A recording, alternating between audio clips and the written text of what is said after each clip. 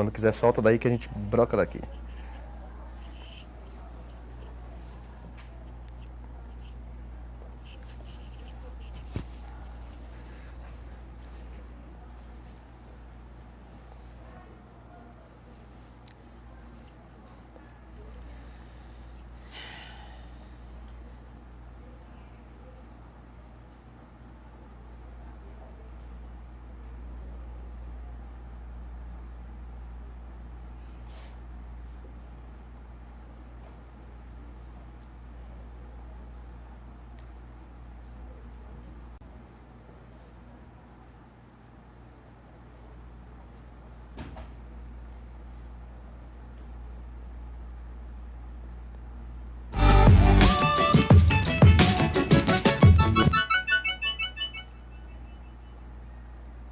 Olá, muito bom dia para você.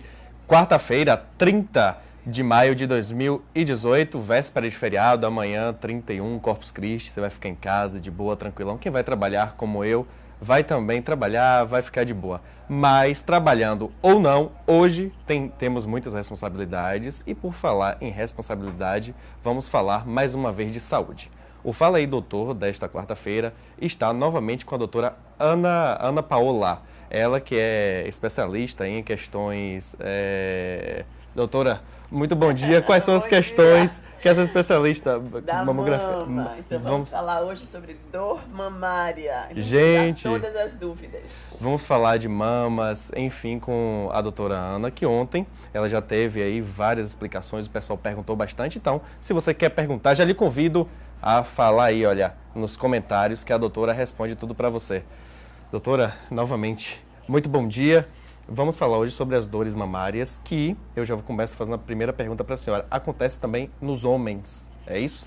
Também os homens podem sentir, referir essa dor. Normalmente, os jovens, quando eles começam também a puberdade, da mesma forma que as meninas, eles começam a desenvolver um pouco o broto mamário, né? Que no interior, principalmente, se diz assim, a pedra Sim. da mama, mas na verdade não é o broto mamário. E nos meninos acontece a mesma coisa. Eles podem, no início desse desenvolvimento, porque alguns garotos têm mais hormônios e por isso tem um desenvolvimento um pouquinho maior da glândula mamária, deles sentirem dor. Mas a grande maior parte das meninas, no caso, né, que começam a menstruar, elas também começam a ter a dor na mama, é bem frequente. E tem também, doutora, para os meninos, vamos falar de mito, que sobre essas glândulas. As pessoas dizem, menino, você precisa tirar a pedra do peito. Isso é completamente mito? Não, isso é mito. É o broto, é a glândulazinha que está em desenvolvimento, não se deve mexer. Inclusive, também é comum, principalmente na região de interior, que algumas mães são aconselhadas a colocar faixas apertadas nas mamas das bebês. Isso é totalmente errado, não se deve fazer. As mamas devem crescer livremente, é um desenvolvimento normal, ocasionado pelas próprias alterações hormonais do desenvolvimento da menina, no caso do menino também. Tem uma outra questão também, que eu acredito que seja uma dúvida de você de casa, vou repassar aqui para a doutora. Às vezes as pessoas falam que meninas, adolescentes em fase de desenvolvimento das mamas, se tomar alguma porrada, exemplo, alguma bolada, enfim, alguma pancada, deixa de crescer o seio. Mito ou verdade? É mito. A mama vai se desenvolver naturalmente, independente desse trauma. Lógico, se for um trauma que realmente cause danos grandes, pode acontecer que essa mama ela cresça de forma, digamos, diferente daquela que não levou esse trauma. Mas não é que a mama, só por ter sofrido um trauma, uma criança que cai, muitas vezes cai inclusive de bruços no chão, a gente vê muito isso, Sim. Crianças, né, se patifando no chão de bruços, e isso fosse machucar, fosse alterar a mama, não, isso não acontece, realmente aí é mito. Certamente a mastologia deve ter estudos sobre isso, né, sobre o desenvolvimento das mamas, tanto para homens quanto para mulheres. A senhora acredita que é mais difícil, vocês como os médicos, trabalhar com homens ou mulheres essa questão mamária? Não é questão de difícil, é porque os meninos eles vão ter, numa determinada fase, as suas queixas, é o desenvolvimento da mama. a gente observa principalmente nos garotos mais cheinhos, mais gordinhos, que eles desenvolvem mais mama e podem sofrer bullying na escola. Então, nesse ponto de vista, estamos falando de um distúrbio emocional que pode estar sendo submetido a essa criança durante o desenvolvimento. Nas meninas, também, elas podem ter também essas alterações, esses distúrbios emocionais, quando as glândulas começam a se desenvolver de forma diferente. Então, é comum as meninas fazerem a comparação das mamas, inclusive com as coleguinhas, se está desenvolvendo mais, uma já começou a utilizar o sutiã, outra não. Lembrando que a gente tem sempre aquela história, né? O nosso primeiro sutiã. Sim. Então, para as meninas, isso é algo que representa um pulo, né? A gente salta da infância para a adolescência. É o uso do primeiro sutiã, coisa que os meninos não têm. Mas nós, meninas, temos isso, e é bem bacana essa fase, né? Comprar o primeiro sutiã. E é nessa fase que as meninas percebem que podem ter mamas diferentes uma da outra, podem ser uma mama crescer mais do que outra, ou a forma da mama, ou só desenvolver, por exemplo, o complexo areolo, né, papilar, que é aquela região central da mama. Tem meninas que elas só desenvolvem aquela parte. Tem outras que vão ter mais um bico, ou seja, o bico do seio, que é o mamilo, ele fica bem mais acentuado. Isso causa muito constrangimento, porque a menina, ela ainda muitas vezes não está utilizando o sutiã, e ela com a camiseta fica percebível. Isso é normal? Então, não é normal. São anomalias de desenvolvimento. Precisa de tratamento, acompanhamento médico? Acompanhamento médico, principalmente por envolver a questão do bullying, por envolver essas questões emocionais do desenvolvimento dessa adolescente, que ela precisa se sentir bem naquele meio, né, onde ela convive entre outras crianças.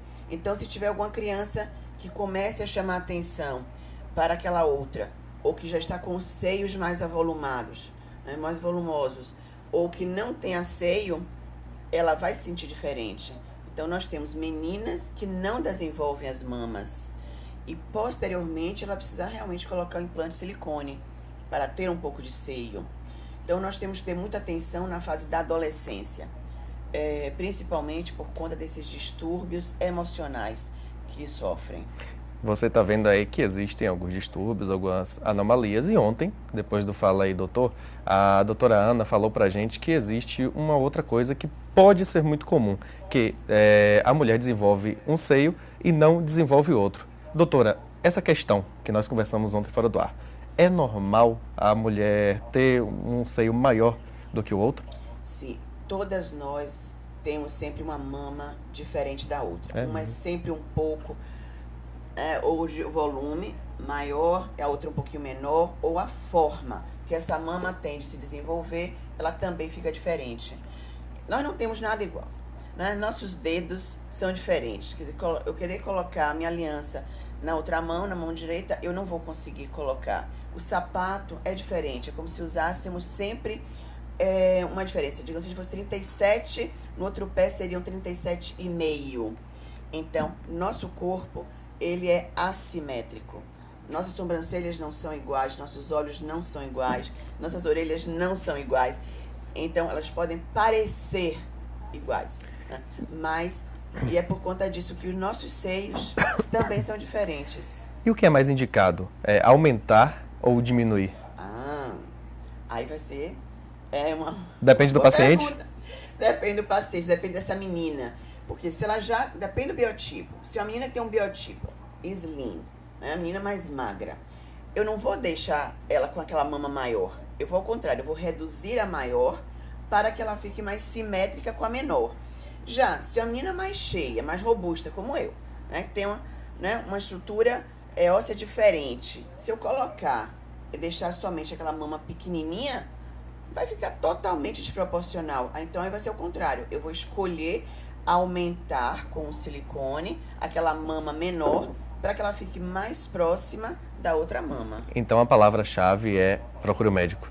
E quem quiser procurar o médico já está aparecendo aí na sua tela, doutora essa mulher aqui, Ana Paola Noia Gato. Você pode agendar o seu atendimento pelo 3237 2633 e também pelo WhatsApp. Não é atendimento pelo WhatsApp, tá, gente? É marcar exame. Marcar uma consulta 99302 7939 e a doutora vai falar pra gente os endereços que tem da clínica que é feita por mulheres e para mulheres. Doutora, os endereços. Pronto, então nós temos 2 endereços no Centro Médico do Vale, que é no Vale do Canela, e o Centro Integrado de Saúde, Professor Fernando Filgueiras, na Avenida Garibaldi. Então lá vai encontrar a nossa equipe. Nós hoje somos uma equipe de 40 mulheres, médicas, profissionais experientes, com toda a titulação, para atender a todas as mulheres. Então nós realmente somos mulheres e atendemos ao público feminino. Nosso diretor Eduardo tem uma foto. Olha só, eu nem pedi, ele já colocou. Olha aí, todas as mulheres. Gente, é muita e tá faltando, mulher. Ainda está faltando. Tá? Essa é uma foto dos nossos, da festa de comemoração dos nossos 27 anos de clínica. E infelizmente não pudemos contar com a presença de todas as profissionais, que umas estavam de plantão, outras com alguns outros eventos. Então conseguimos reunir em um grupo das Essas são as médicas? As médicas. Tem muita gente, é só mulher, meu irmão. As médicas também. Então é uma equipe multidisciplinar, significa dizer que nós somos mastologistas, outras ginecologistas, endocrinologistas, urologista, proctologista, angiologistas. Aí nós temos as ultrassonografistas e o pessoal de mamografia. Tem as técnicas que fazem também a mamografia. Temos as técnicas que realizam a mamografia. Então, assim, é uma equipe, sim, as nutricionistas, é uma equipe grande, é uma equipe bem bacana e com isso a gente consegue dar um atendimento diferenciado à nossa paciente. Tem algum problema em o marido da paciente acompanhá-la no tratamento? Não. Muitos maridos, né, estão presentes durante a consulta. Outros preferem ficar na recepção, lendo as revistas, porque a gente conseguiu colocar uma quantidade grande de revistas para que a gente pudesse entreter esses homens, né, que ficam ali esperando. Alguns gostam de televisão, mas nem todos. Então, muitos acompanham, mas outros já se sentem tão seguros em saber que suas esposas estão em uma clínica que só vai ter profissionais mulheres, que eles deixam as mulheres e vão buscar mais tarde. Né? Inclusive, assim, é o que eu acho melhor. Né? É quando Vem aí, recado para você. A mulher, ela relaxa, ela consegue fazer todos os exames, ela vai fazer todas as consultas. E quando ela fica com alguém esperando, ela começa também a ficar com a pressa. E a pressa é inimiga da perfeição. Sim. E aí a senhora ontem contou que tem mulheres que chegam lá 8 da manhã e saem de tarde com todos os exames em mãos. Sim, normalmente pela manhã, digamos. A gente consegue fazer todos os exames. Nós temos o check-up da mulher mais de 40 e o check-up da mulher menos 39. Por que é que a gente fez isso aí? Então, olha o check-up. Um dia de consultas e exames para deixar a sua saúde em dia. O que significa dizer isso? Que ela vai ter 3 consultas, mais a realização de todos os exames e vai sair da clínica com os exames em mãos, com a receita médica em mãos, ou seja, com a orientação já. Então ela vai passar, seja um dia, ou uma manhã, ou uma tarde, mas ela vai sair de lá com tudo pronto para poder deixar exatamente a saúde em dia. E em boas mãos, lembrando que é exclusivo, tem um selo ali exclusivo para a unidade da Garibaldi, é isso? Porque nós também temos o nosso check-up na unidade do Canela, mas nós colocamos a nossa unidade Canela, ela é bem exclusiva. Ela é para o atendimento das nossas pacientes Planserve. Que é o plano de saúde do governo do estado. Do governo do estado. Nós temos uma clientela imensa, eu trabalhei 10 anos no antigo IAPSEB, então consegui fazer com Fidelizou. isso uma grande clientela, né, que é super fiel à nossa clínica.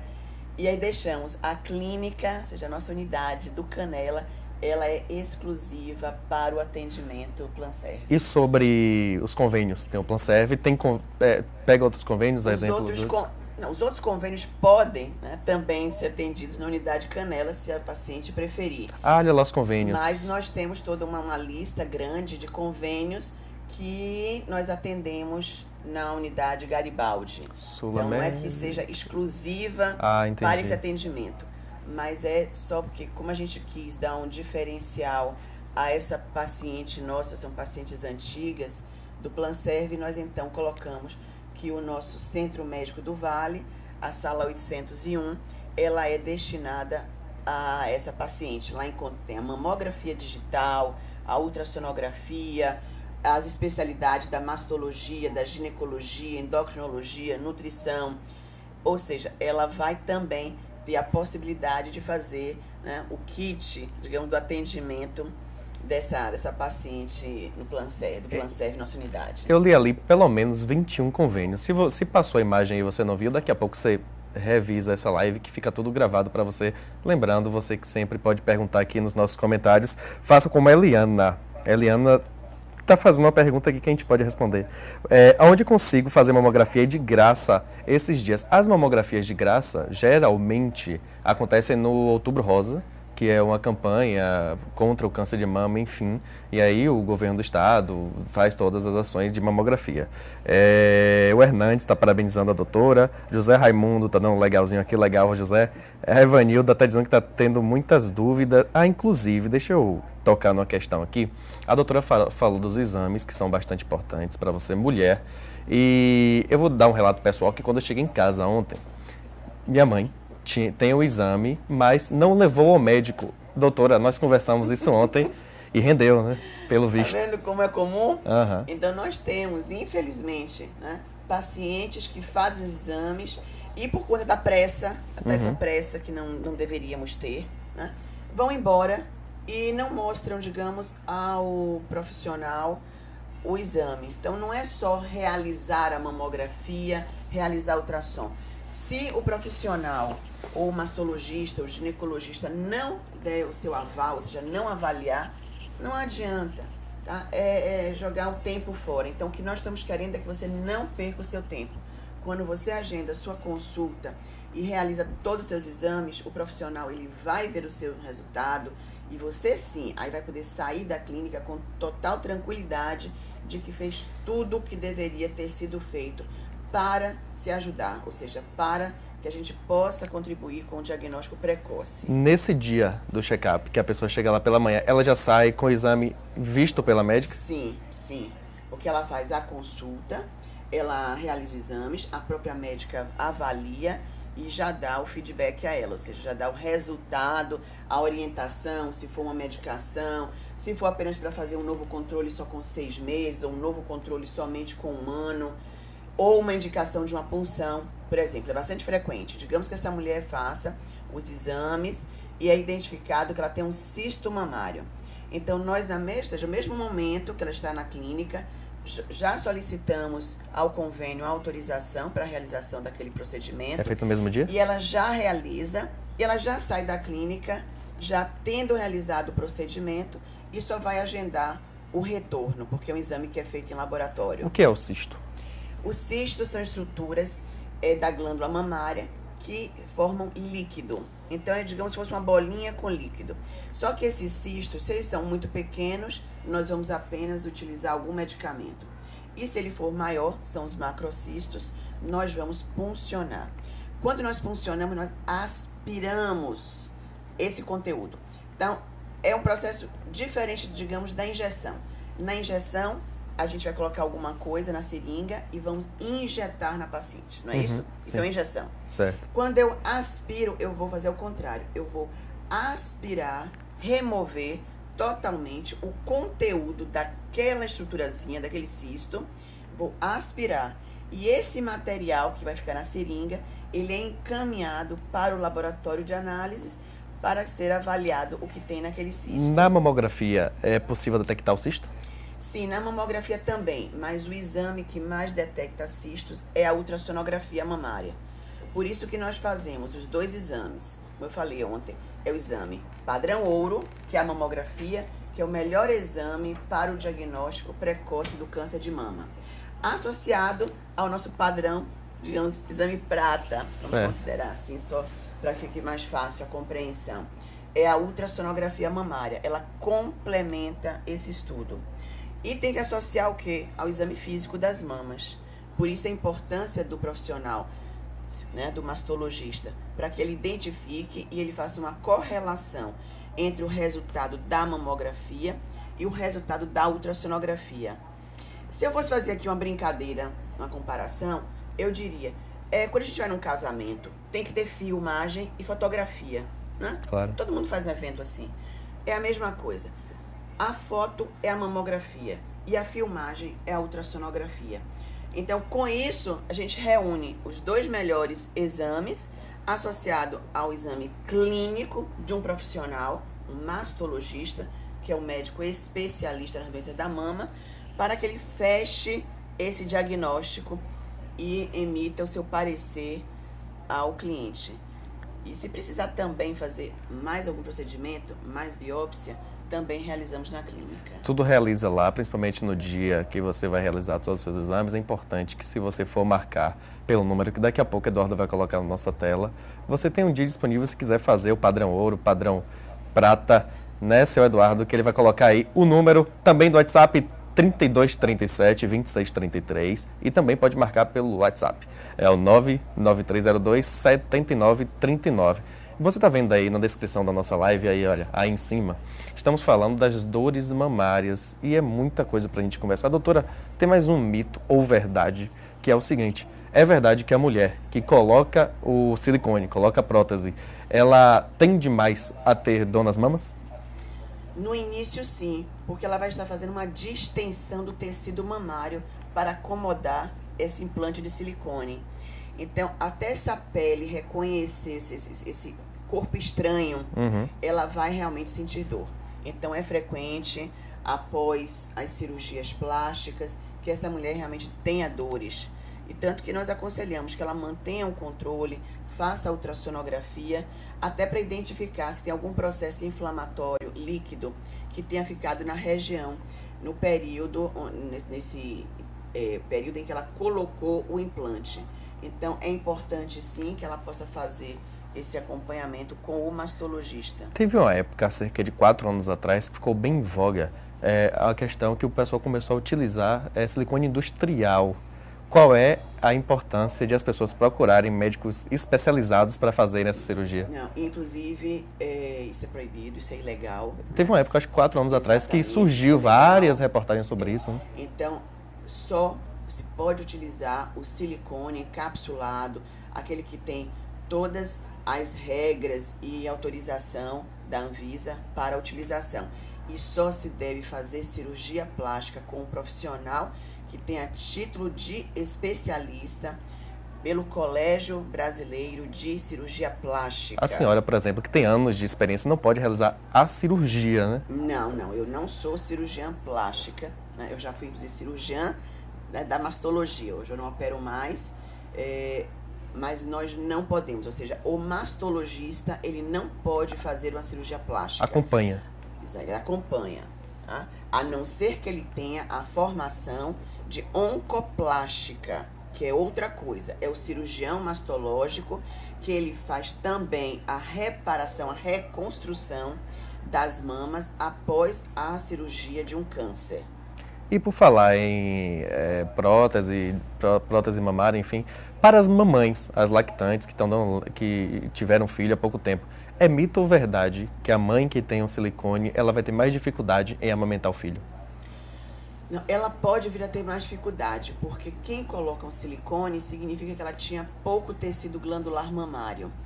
Então, ela já não tinha mesmo essa predisposição a um bom aleitamento, e com a colocação do silicone, ela vai dificultar. E outro que nós temos são aquelas pacientes que fizeram as cirurgias mamárias quando jovens, principalmente que reduziram as mamas, porque quando a cirurgia é feita, é retirado esse complexo areolo-papilar na cirurgia, é retirado da mama, é colocado, digamos, em um recipiente com uma solução alcalina para preservação. Aí essa mama é reduzida e depois vem e se costura, digamos, né? Se recoloca essa areola e esse mamilo. O que significa que são feitos cortes, ressecção do tecido glandular com o local por onde ele sairia esse leite.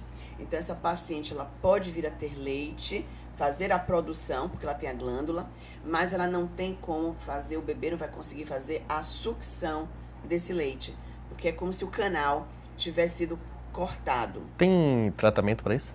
Não, depois que é feita uma cirurgia desta forma, essa paciente não vai conseguir amamentar. E aí terá que usar medicamento para inibir a lactação, para que ela não tenha uma mastite, que é a formação de processos inflamatórios, infecciosos, nessa mama, que ela está produzindo leite, mas ela não está conseguindo dar vazão, ou seja, eliminar esse leite. Então, o que a gente chama de empedramento, né? É isso que eu já ia perguntar. Assim, minha mama está empedrada. É isso que eu já ia perguntar. A mama, ela está com estagnação, é uma estase do líquido, do leite mamário.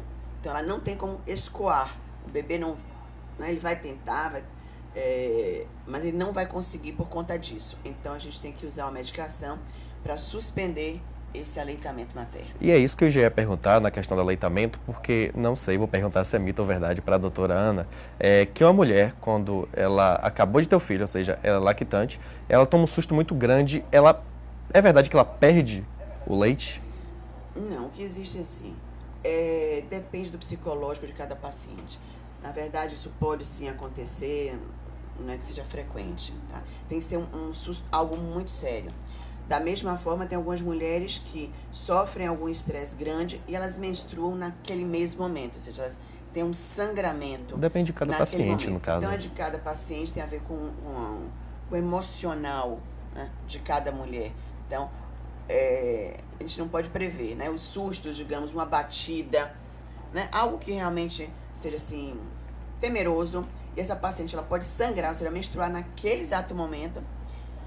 Ou ela pode até suspender a menstruação, ou seja, ela está no período, está menstruando e o choque que ela toma é tão grande que o organismo, ou seja, ele retém. Então, isso é emocional. Agora, falando esse assunto, é interessante. Dor mamária tem a ver com estresse. É. Então, tem mulheres que chegam na clínica morrendo de dor, mamas inchadas, quentes, então assim, com muita queixa. E a gente faz o exame, a avaliação clínica, a mamografia, a ultrassonografia, não encontramos nada. Quando a gente começa a conversar, a chamada papoterapia, com o paciente, que inclusive a gente começa isso antes, tá certo? Dos exames. E a doutora disse que gosta de olhar o paciente no rosto, que não está olhando aí para essa câmera. Exatamente, é olho no olho. Sim. E a gente começa a saber a história daquela paciente, o que ela está passando naquele mês. Tem algo, ou ela está com problemas no trabalho, ou problemas no relacionamento, em casa, com o esposo, ou com filhos, com a sogra, com a mãe. Ou seja, ela está passando por alguma turbulência emocional, algum problema emocional, e isso se reflete muito nas mamas. As mamas pra gente, pra nós mulheres, é a nossa sensualidade, é o aleitamento, né? É nutrir. Então, é muito importante. Então, é exatamente onde a mulher concentra essas dores. As mágoas. Se a gente for falar, por exemplo, de câncer, né, que não vai ser o momento hoje, mas só para dar um toquezinho. Mulheres que sofreram grandes traumas, ela pode vir, sim, desencadear um câncer de mama no futuro, por conta de um grande trauma, que são as mágoas, o rancor, a raiva, que não foram tratados, não foram resolvidos emocionalmente. Ela carrega, às vezes, por anos, uma raiva de um marido, uma raiva de um abuso sexual, né? Ou seja, uma raiva que ela não conseguiu trabalhar, externar, resolver. Então, nós temos esses casos. Mas, vamos voltar aqui ao assunto, dor mamária,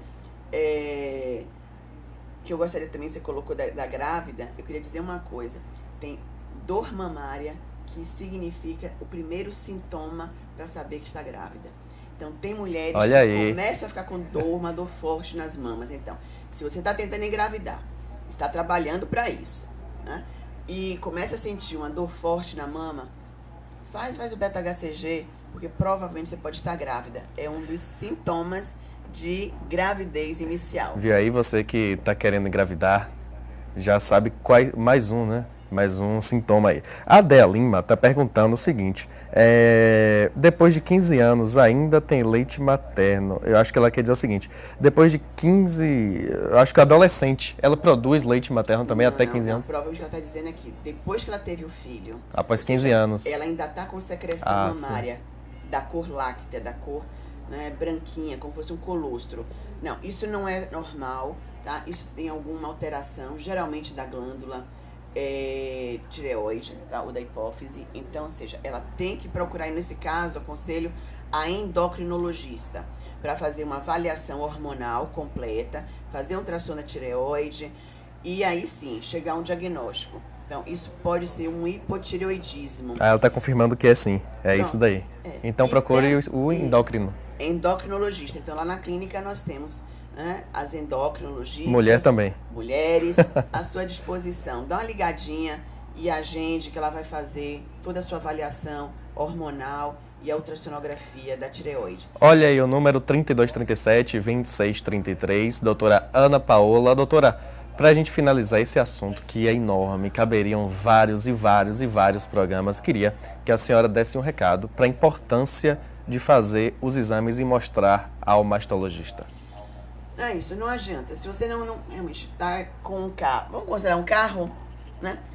Você colocou o carro na revisão, mas você não pegou nada do que foi trocado, nada do que foi feito, e você sai de lá sem nenhuma explicação do que você teve, não adianta. Você vai continuar com o seu carro tendo problemas. Então, quando puder, tira um diazinho, é só um dia que a gente precisa lá na clínica, para que você realize o seu check-up da mulher. Então, tira um dia. Aos sábados também, tá? Nós também trabalhamos aos sábados nas 2 unidades. Então, se você tem problema durante a semana, nós atendemos aos sábados. Aí você passa amanhã lá conosco, realiza as consultas que são necessárias, realiza os exames, a mamografia, todas as ultrassonografias, realiza o preventivo ginecológico e sai da clínica com os exames, com sua pastinha, com seus exames em mãos, tendo passado pela consulta com os profissionais. Ou seja, já está com o resultado, o diagnóstico, né? E a orientação a respeito de cada caso. Doutora, muito obrigado pela sua participação aqui em mais um Fala aí, doutor. Você que quer rever todas as informações, tudo sobre as dores mamárias, reveja a live aí que fica no nosso Facebook. E por enquanto é isso, um abraço e até o próximo encontro.